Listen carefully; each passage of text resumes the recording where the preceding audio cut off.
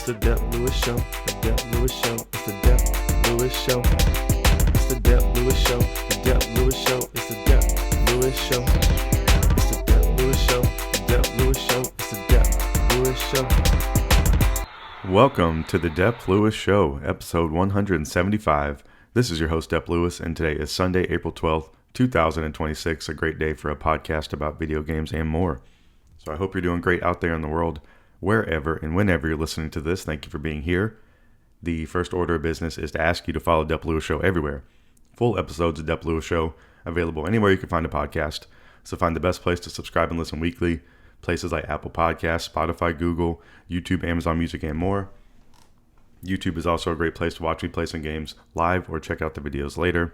If you would like to support the show even further than just listening, patreon.com/Dep Lewis Show is available if you'd like to subscribe monthly. Also, Venmo at Dep Lewis Show is available any day, any time, for any amount if you would like to support the show. In today's show, we'll have three sections as always. The first section, I'll talk about what video games I've been playing since I've last talked to you on this microphone. The mid section, which is not mid in quality, it's the middle of the show. That's where I tell you about everything going on around the video game world that you need to know. And the third and final section is a break from all the video game talk, the Miscellaneous talk section. And I like to get into the worldwide world of sports and tell you what is going on with all my favorite teams. So, once again, well, not once again, I'm still recording pretty early on a Sunday, but once again, the Atlanta Braves in Major League Baseball are playing later in the day. They normally play at 1 o'clock on Sunday, so I'm usually trying to get the podcast out by then, but they are playing tonight versus the Guardians for Sunday Night Baseball, so get ready for that. But we have a long way to go before we get to some sports talk, so let's get into the video games of the week. What have I been playing in this past week? There's something I've been playing over the weekend that is one of my favorite games of all time. It's a Dep Lewis Show Game of the Year award winner, and that game is Splatoon 3. And there's currently a Splatfest going on this weekend. I guess it's called a Spring Fest for this one, for the time of the year, but it's been taking place since Friday through Sunday, and the Splatfest is just a weekend-long competitive theme to Splatoon. So basically there are three teams you can choose from each Splatfest, and this particular one are the team of it's spring and it's a time for fluffiness. So who are you going to choose? The baby chicks, the little bunnies, or the bear cubs? And this one was a little bit of a toss-up for who to choose, but I went with Team Little Bunnies, and I feel pretty happy about that. The pink bunny squad out there. I think all the kind of Easter pastel colors that are going on for this Spring Fest look really nice, and this game is just really, really fun. It looks great. It feels great. It plays great.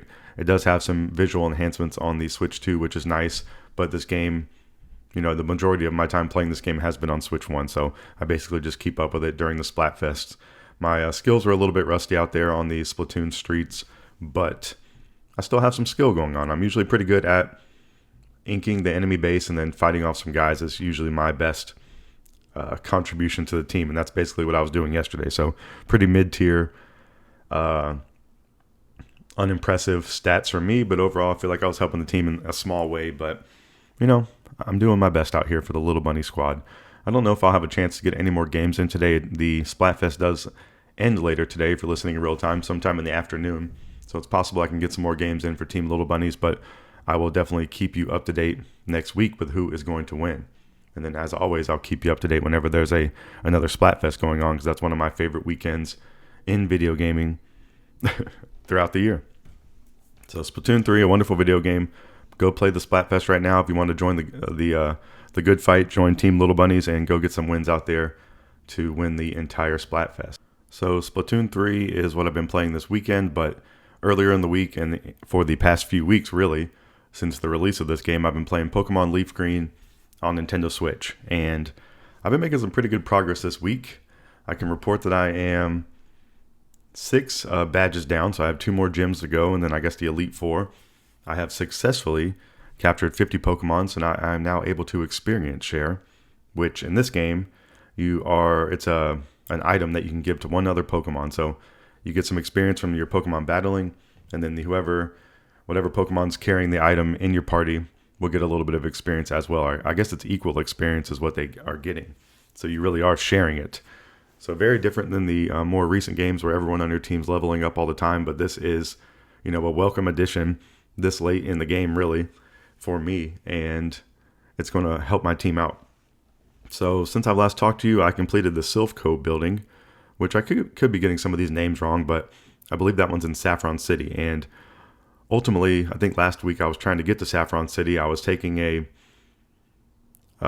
guess I ended up taking the correct route. So I think the game does a good job of funneling you where to go and giving you context clues enough to where to go. I have used a guide a little bit in this game to figure some things out, but I thought I was taking this crazy kind of backtrack route, but I think maybe now, just even thinking of it, it was the right way to go.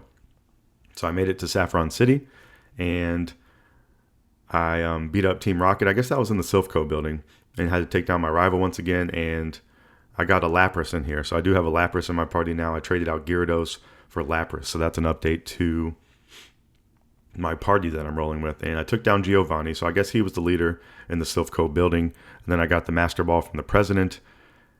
So, I did a lot of stuff. I might be mixing some of these up. But then the gym, I think that's the case. I think you have to defeat the Silphco building in order for the Team Rocket member to leave the front of the gym in Saffron City. So I believe that's the order of events that took place. And so I was able to do the gym in Saffron City, which was Sabrina. And she had Psychic Pokemon.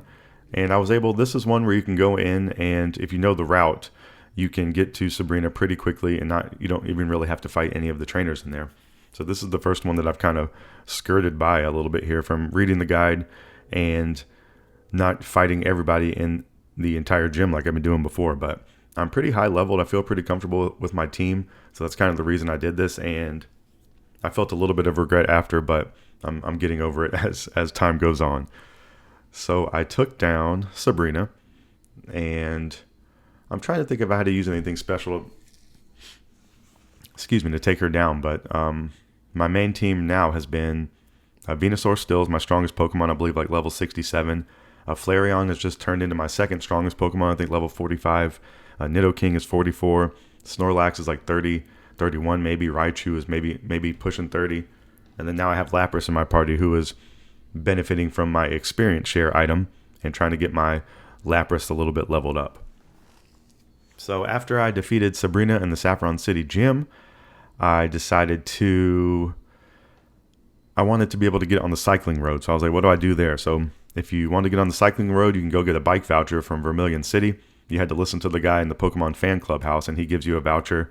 You can go back to the bike store in Cerulean City, and you are finally able to ride around on your bike and access the cycling road, which gives you, I guess, completes the loop of the map, which is nice. So it gives you pretty much full range to go everywhere you want to go, besides the next area that I'm trying to get to, which was the Seafoam Islands. But to get to the Seafoam Islands, you need to be able to surf.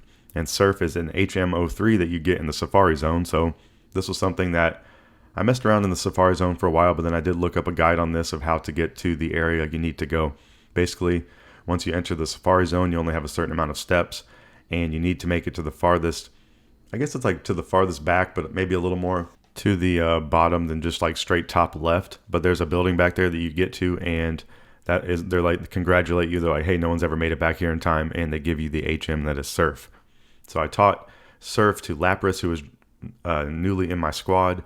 Or maybe that's when I decided to switch out Gyarados for Lapras, just because I thought Lapras is cool and would be a fun Pokemon to surf on, and that's been the case. So when I was doing the tour of the Safari Zone, I was also catching more Pokemon, so that's what helped me kind of get over the 50 hump to get the experience share. So that was a pretty good spot for getting some new Pokemon, but I did just get some more out in the open world. So nobody that I've added to my party necessarily, but I have been catching some stronger Pokemon out there, which has been nice.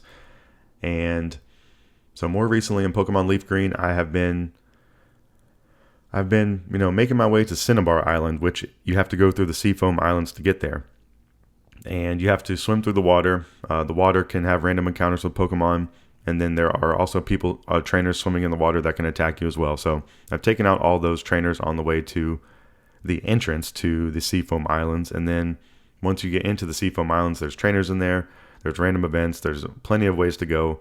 I've already gotten lost in there twice now. I used a rappel rope at one point, so it's probably a time where I need to kind of look up the optimal route to get through to go to Cinnabar Island. So I've been having a little bit of trouble recently with the Seafoam Islands, but I took that as a little bit of a pause to start leveling up my team. So I went and I actually used some of my items. I used my rock candy on, well, I think I did use it on Flareon, or maybe I used it on Lapras, but I'm trying to get my Lapras up because I believe the Cinnabar Island gym is a fire type gym, so I think I'm going to need a strong water Pokemon would be smart. So I'm hoping that Lapras can be that Pokemon, but Lapras is my weakest Pokemon in my party right now, so I need to do some leveling is the move there. But I did do some leveling that I have Flareon and Nidoking are pretty matched in level, and I've been rolling through people pretty much with my party, and that's been fun. So besides not being able to figure out immediately where to go through the Seafoam Islands, I've been having so much fun with this game. And this one is definitely has to be going up in contention for one of my favorite games because I've been having so much fun with this. I think I'm almost on the 40-hour mark. I got 2 gyms to go. I got the 4 elite, the elite trainers at the end, or the elite 4. And then I have, if I want to try to catch all the Pokemon, I'm a long way away from that. So I don't know if I'll ever end up doing that, but I definitely want to beat this game. And my next step in that mission is getting to Cinnabar Island. So looking for the Volcano badge, which will be the one you can get from Cinnabar Island. So that's what's been going on with me with Pokemon LeafGreen. I've been having too much fun with this game, and it does make me want to think about playing Fire Red at some point even. There's a pretty good amount of Pokemon that are different between the two, so I could pick a different starter, and then I could be capturing all sorts of different Pokemon around the world. I would already know my lay of the land and what to do pretty much. I'm sure I would forget something, but I've been thinking about that as well with how much fun I've been having playing this game. So I've been playing Splatoon 3 over the weekend in the Splatfest, and then all week I've been playing Pokemon LeafGreen, making some progress there, and hopefully will continue to do so in the upcoming week. So that's everything I've been playing. Pokemon LeafGreen, Venusaur has been my favorite Pokemon.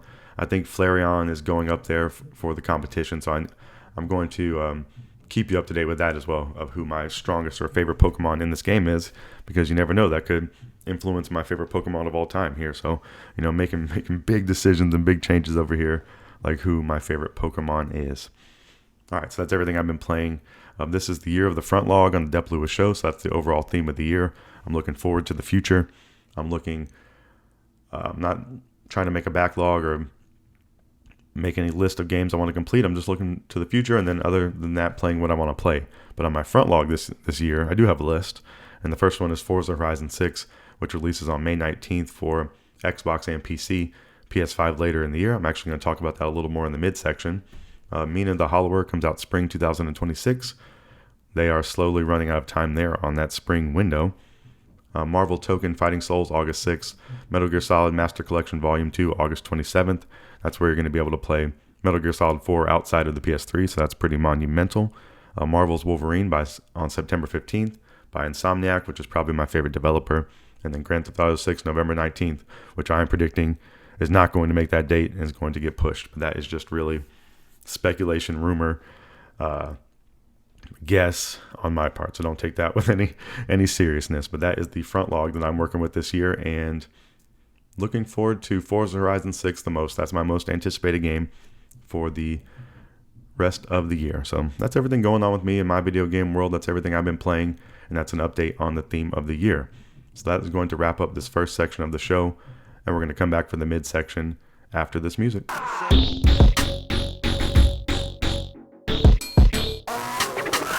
Welcome back to the midsection of Dep Lewis Show, episode 175. This is where I tell you about everything going on around the video game world that you need to know.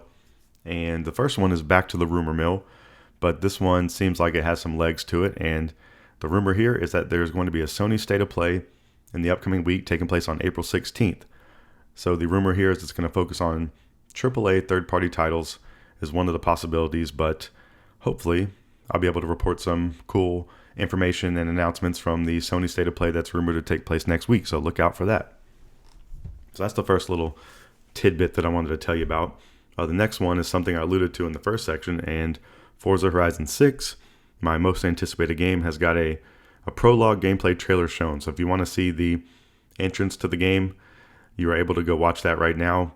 The map has also been revealed, so I tried to kind of watch this with one eye open, just very, very shortly, just to see what was going on with some of this stuff, because I'm already completely sold.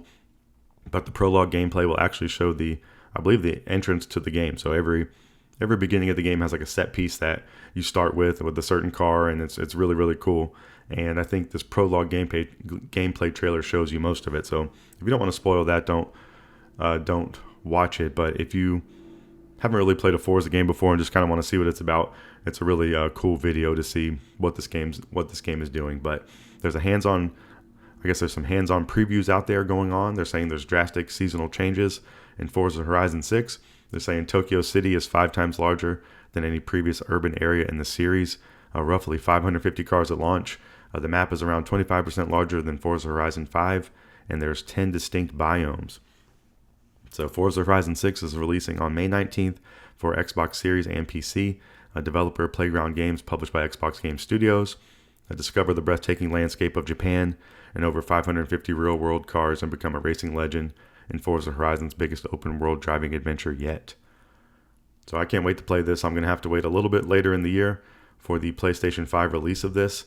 I would love to hear the announcement of when that's actually going to come out, but I guess that will have to be after the release of May 19th. But, I would appreciate it before if they want to announce that information so I can get ready. And I can't wait to play this. Forza Horizon 4, Forza Horizon 5 especially have been games that once they released, I played through them immediately. Some of my favorite games that are, I guess they're not officially on just on Xbox anymore, but one of my favorite Xbox franchises. And I still haven't played one on PlayStation 5 yet. I'm tempted to play some Forza Horizon 5 on there. It's been on sale recently, and I might end up doing that before the release of 6 just because I'm not going to be able to play 6 right away. But there is some new footage out there. There's some new information if you want to go get some more details. If you're not all the way sold on Forza Horizon 6 out there, and please go check it out. From what I've seen, it looks extremely cool, like it's going to live up to all the hype. And these games always kind of feel like home runs to me, so I'm excited for Forza Horizon 6. All right, what else is going on in the week in the past week I want to tell you about? Kind of sticking on the Xbox side, there's been an update to Xbox Achievements. So I believe this update is starting with Xbox Insiders and rolling out to everyone over time, but I believe that process has started already. There are new animations and icons when you get an achievement. You can hide games from your achievement list, so if you feel ashamed about getting all 1,000 gamer score from Avatar the Earthbender back in the day and don't want to, say you were inflating or you kind of like farmed a game or like cheat coded a game to get some achievements, and you can actually hide those from your achievement list. You can highlight your 100% completed games, and I think that's pretty nice. I mean, it doesn't seem like it's a substantial update, but I don't think there's been an update to Xbox Achievements in a long time. Achievements were really fun back in the day. I think there's still some merit to them today, and I think any kind of like small improvement like this, PlayStation does a lot of this stuff with the UI. I think this stuff's pretty cool, and I like the options for sure. So Xbox Achievements are getting an update, so look out for that on your Xbox soon. All right, moving over to the Nintendo side of things. For their Switch Online service, there has been some additions to the NES Classics section. So 3 new games that are available now on the NES Classics. That is the base subscription service for Nintendo Switch Online. You can play some Pac-Man. So I bet you've heard of that man before, Mr. Pac-Man. You control everyone's favorite iconic Pac-Man. And if you don't know, in this game you navigate through mazes gobbling pellets while simultaneously avoiding the devious ghosts. Warp from one edge of the maze to the other using the warp tunnels, or eat a power pellet to turn the table and make the ghost vulnerable. In order to clear the stage, you'll need to eat all the Pac-Dot pellets in the maze. See just how far you can get through the stages before losing all your lives. Fruit like cherries and strawberries will give you extra points to help you reach the highest score. So available right now. A very classic game right there, Pac-Man.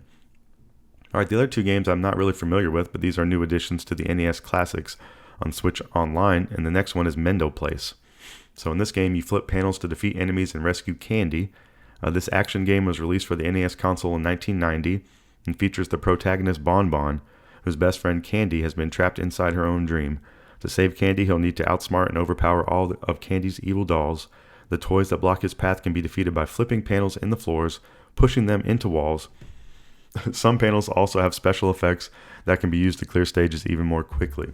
So Mendel Palace is available right now on NES Classics. And the final addition in this trio of new additions to NES Classics on Switch Online is the Tower of DRUAGA. So I might be saying DRUAGA incorrectly, but that kind of feels right. And in this game, you control Gil. He's the hero as he climbs the tower.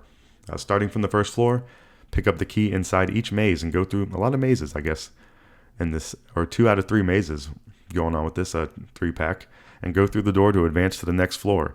To clear the game, you must defeat DRUAGA, the ruler of the tower. Then advance to the top floor and save your beloved Kai. Some foes need to land several hits before you lose a life, but many will kill you instantly. Failing to block a spell with your shield, touching fire, and running out of time will also cause you to lose a life. Run out of lives, the game is over. There are also secret tasks, one for each floor, that will reward you with hidden items, like a pickaxe that can destroy walls and boots that increase your movement speed. You will need some of these items to beat the game. Missing key items will lead to certain death, or at least a dead end and a long return journey. Climb carefully in the Tower of DRUAGA. Available now on NES Classics or Switch Online. So 3 new additions to NES Classics: Pac-Man, Mendel Place, and the Tower of DRUAGA.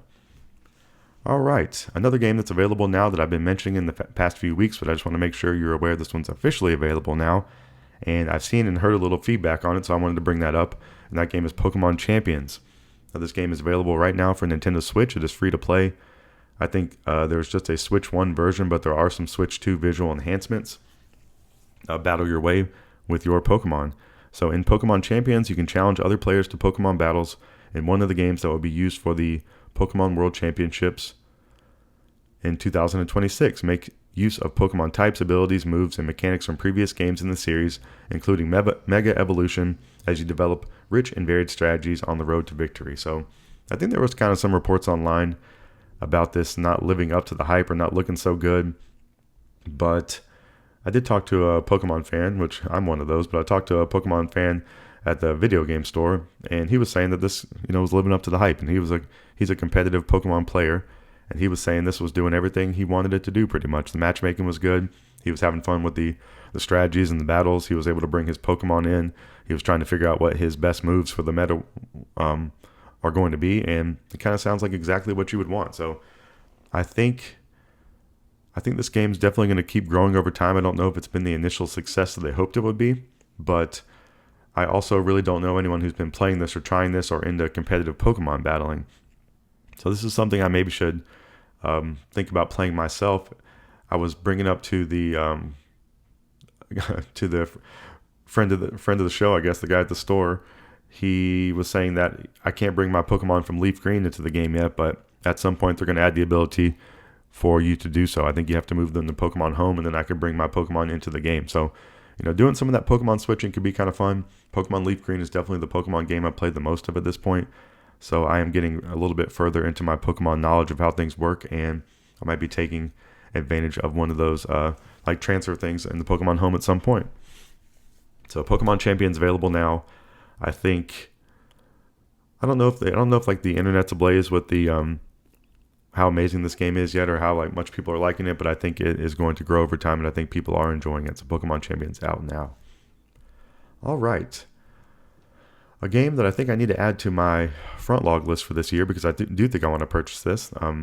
This game got a release date announcement for July 2nd, so only a couple months away, really. Rhythm Heaven Groove is coming out on July 2nd for Nintendo Switch. It's going to be $39.99 US, so not a completely full price game, so that's always very nice. And in this game, you can find your groove, time your button presses to the beat across a splashy collection of games that will challenge your rhythm. Chop flying veggies, bounce fruit off your biceps, flap along with the birds in flight, and more, all to the beat of the bop. Feast your ears on catchy original music while you focus, including tracks by renowned Japanese musician, might be Sunku, but it's Tsunku. The first Rhythm Heaven game was called Rhythm Tengoku. It came out for the GBA in August 2006 for Japan.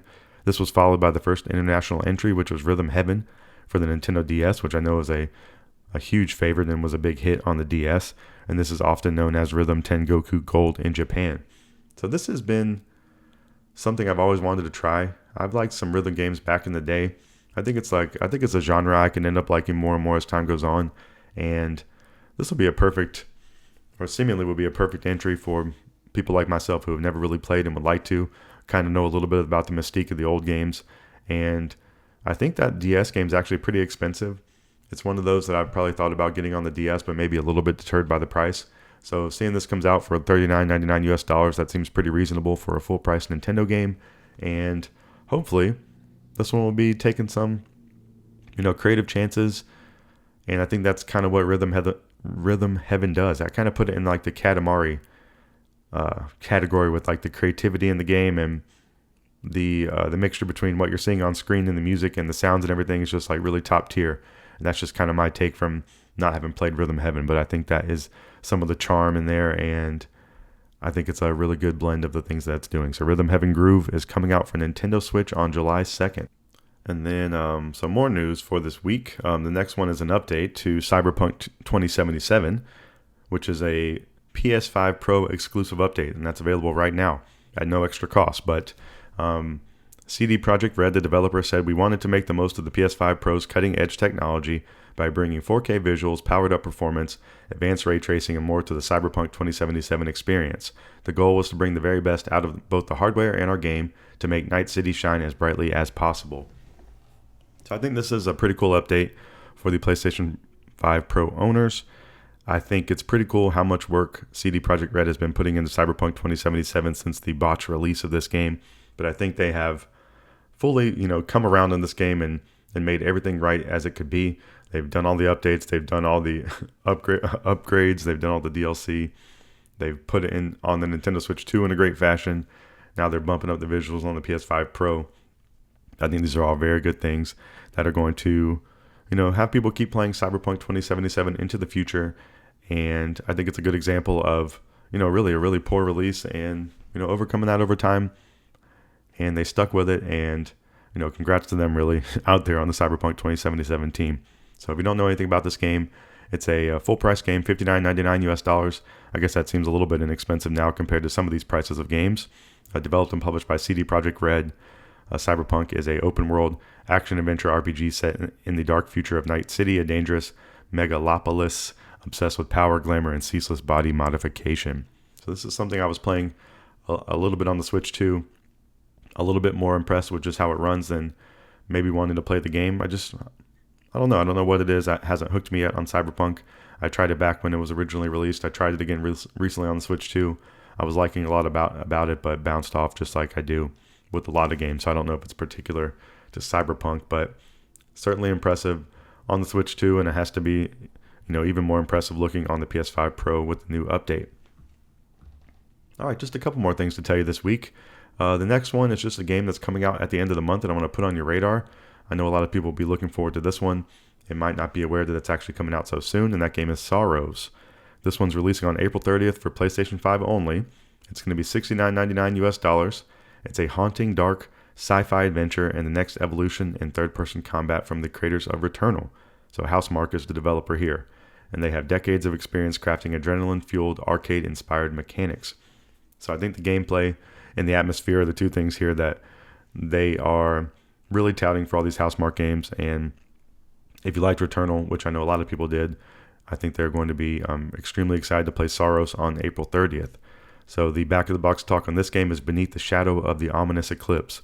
Arjun Devraj is a Soltari enforcer who will stop at nothing to pursue answers on the shape-shifting world of Carcosa, a planet filled with dark secrets and hostile inhabitants. So these games definitely come off as a little bit scary, a little bit challenging. I think this kind of taps into some of the Dark Souls or Elden Ring, kind of Sekiro kind of fans out there, people who like really hard games, or Black Myth Wukong, of like difficult combat games. And I think this does this to the third person genre. I think these games are I think they have roguelike elements to them, and I think the they would call the controls in these games buttery smooth would be one way they'd probably be described. So Saros is coming out on the 30th for PlayStation 5, and I will definitely keep you up to date with what I'm hearing about that. But I'm pretty sure that game's going to be pretty successful and be a pretty big hit.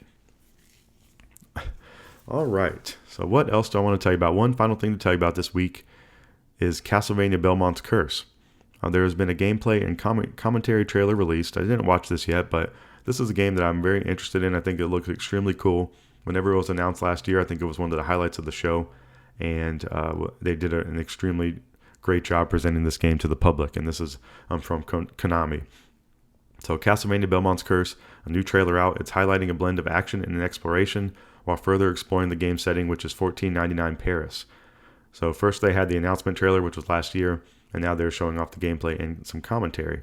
So Crimson Curse, will your fate bloom in despair or salvation? Set 23 years after Castlevania's Dracula's Curse, follow a young Belmont's journey in an all-new 2D action experience titled from Konami, Evil Empire and Motion Twin. So the release date for this one so far, we just have 2026, but it's nice to be getting some more information on this one regardless. This game's coming out multi-platform for PlayStation 5, Xbox Series, Nintendo Switch, and Steam. So if you want to see some more footage, get some more information from the devs, Castlevania Belmont's Curse has some available right now. So that is everything I got for you for the midsection of the show this week. That's going to wrap up all the news and information I wanted to keep you up to date with. So just to kind of recap everything we talked about, the first one was Sony State of Play, rumored to be taking place in the upcoming week on April 16th. We talked about Forza Horizon 6. We talked about the update to Xbox Achievements. We talked about some additions to NES Classics on Switch Online, which includes Pac-Man, Mendel Palace, and the Tower of DRUAGA. We talked about Pokemon Champions, Rhythm Heaven Groove, Cyberpunk 2077. We talked about Saros, and we finished off the midsection with Castlevania Belmont's Curse.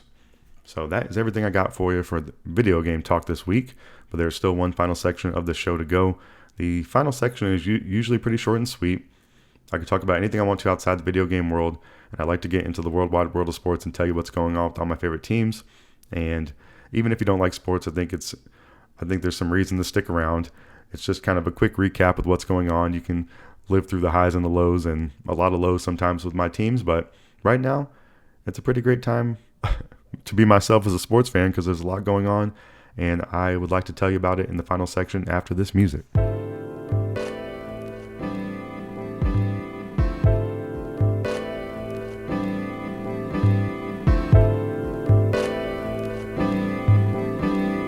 Welcome back to the final section of Dep Lewis Show, episode 175. This is a miscellaneous talk section where I can talk about anything I want to outside the video game world.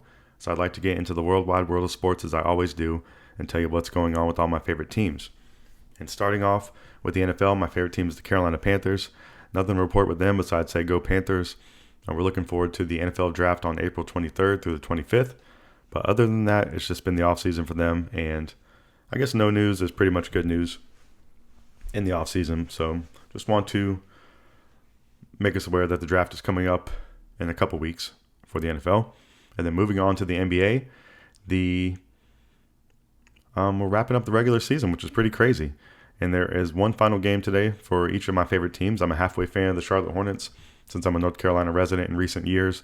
And since last week, the Hornets, last Sunday, they played Minnesota. It was a 7 p.m. game, and the Hornets won 122-108. Tuesday at Boston, the Hornets lost 102-113. Friday versus Detroit, the Hornets lost 100-118. And today, the Hornets are going to play the Knicks at 6 p.m. Eastern Standard Time to close out the regular season. And I think the only thing the Hornets are playing for is to be either the 9th seed or the 10th seed. So basically just going to be whoever they're going to end up playing. They are going to be in the play-in. So they're going to have a chance to get in the actual playoffs, but they're going to have to go through the play-in route. So nothing really too particular to play for. You certainly want to win the last game and possibly get the 9 seed because I guess that would give you, technically a little bit easier of a matchup. But either way, going to be an uphill battle to get into the playoffs. And then, so one final game today for the Hornets for the regular season, and then play-in game for them. And then my favorite team, which I've been angry at for most of the season, the Atlanta Hawks. Since last week, Monday versus the Knicks, the Hawks lost 105-108. Wednesday at Cleveland, the Hawks lost 116-122. Friday versus Cleveland, the Hawks won 124-102, which helped the Hawks clinch their top 6 seed in the playoffs. So they are playoff bound after this. They clinch a top 6 seed. They don't have to worry about the play-in, and the Hawks are officially in the playoffs, which is nice. Sunday, the Hawks' final regular season game is today at Miami at 6 p.m. And I'm excited to watch both of my teams, have a little bit of playoff action going on.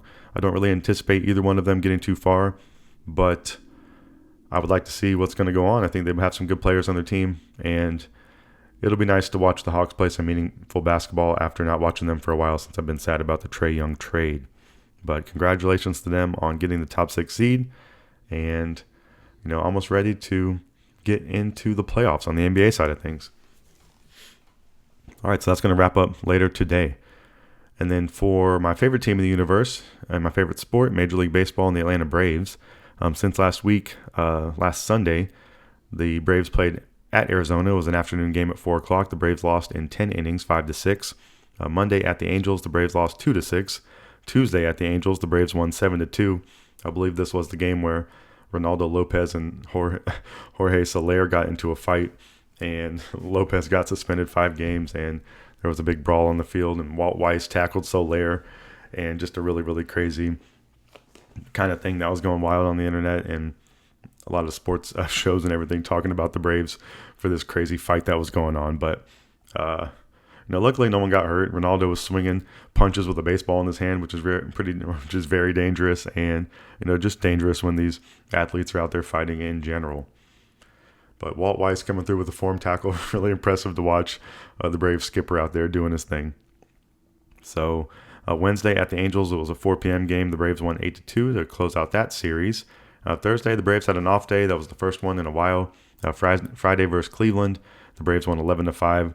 Last night, Saturday versus Cleveland, the Braves lost 0-6. The Braves have a 9-6 record after this game, and they are currently sitting first in the NL East. So I think the Braves have been a little better than mediocre. I mean, I guess the record, that's what it is. But overall, just kind of like a vibe or a feeling check. They've been doing pretty good. I don't think they definitely have been leaning better than bad. Haven't been hitting on all cylinders, but I think a really, really great start to the season. I don't really have too many complaints, and hopefully get some guys back healthy. And, some of the new additions have been really nice. New shortstop. I think Yastrzemski has been the only one who hasn't really been pulling his weight too much, but I mean, you can't have everybody on your team balling out at once. I mean, that's just the reality of things.